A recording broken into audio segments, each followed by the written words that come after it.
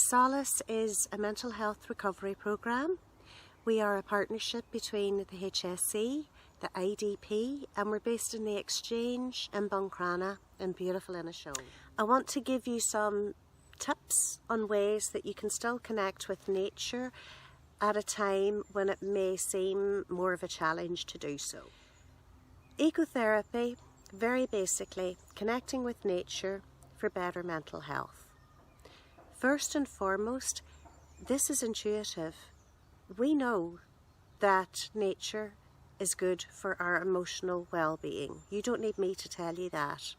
There are so much evidence of this now. It's scientifically proven, but if you go back to basics, you knew it anyway. Thought of it in 4 different environments that we can still be in and practical ways of using nature. So the first environment is outdoors. Great, that's normally what I'd be saying. Get outdoors as much as you can. If you're in quite an urban environment, even just walking down the street, where are you putting your visual focus? Are there trees? Are there shrubs? Are there even the wee so-called weeds growing up between the cracks in the pavement? Can you focus on those rather than focusing on the grey and white and black of the buildings and the metal of the cars?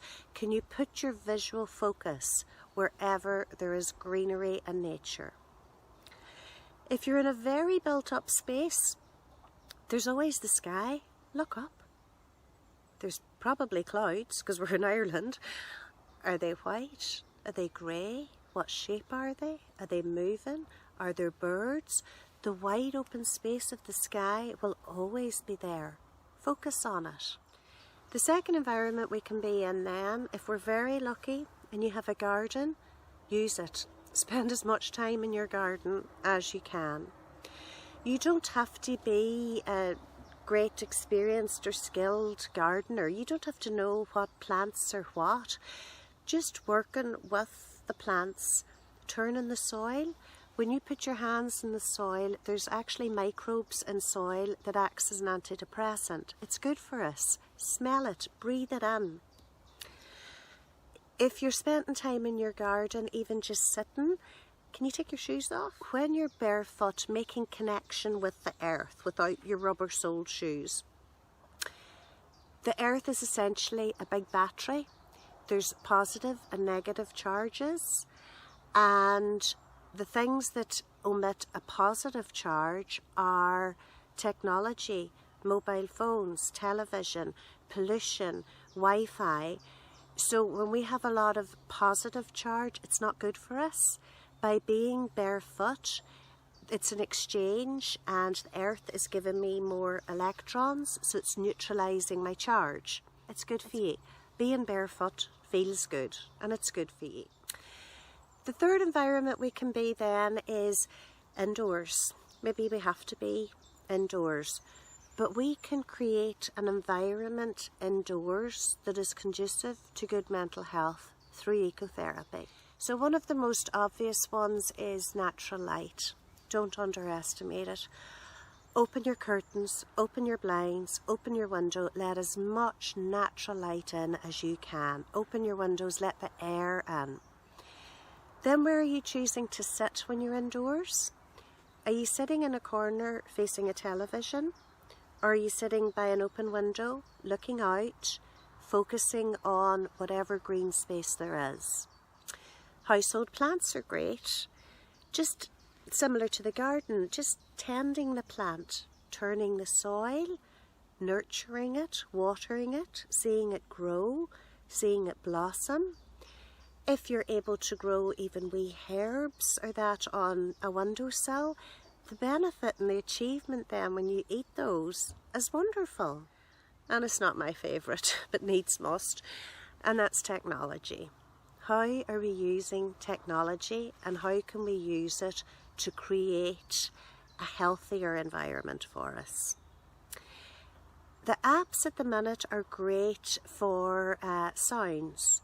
You can download apps on your phone that have nature sounds. So while you're footering about doing the dishes or whatever, you could be listening to birdsong, or rustling leaves, or a babbling brook and water flowing. You can also use apps for plant, bird, insect identification. We know that learning is very good for our mental health. Whilst you're doing your short walk, you could be taking one leaf from different trees and bushes and plants, and then when you get home you could be identifying those trees and what they're called. The same with birdsong. You can identify birds with an app on your phone. So we can connect with nature through knowledge and finding out more about it. Another way then, which has really flourished at the minute, is webcams. You could be looking at a screen that is showing you a beautiful part of nature or an environment that you wouldn't otherwise be able to access. Two particularly good ones at the minute are the Wildlife Trust and also Forest Bathing International. And then of course there's wildlife documentaries, and there's books, and there's programs. Through all of this, I think it's important to remember how beneficial nature is for our mental health, and then be creative about the ways that we can still connect with nature when there's limitations in place. I know that myself and my colleague Stephen are very much looking forward to the day when we're back doing what Solace does best, being outdoors, walking, talking, listening, connecting in green spaces. Until then, I hope that there's some wee tip from this that you may be able to use. If not all of it, maybe open your windows first thing tomorrow morning, and that's of benefit.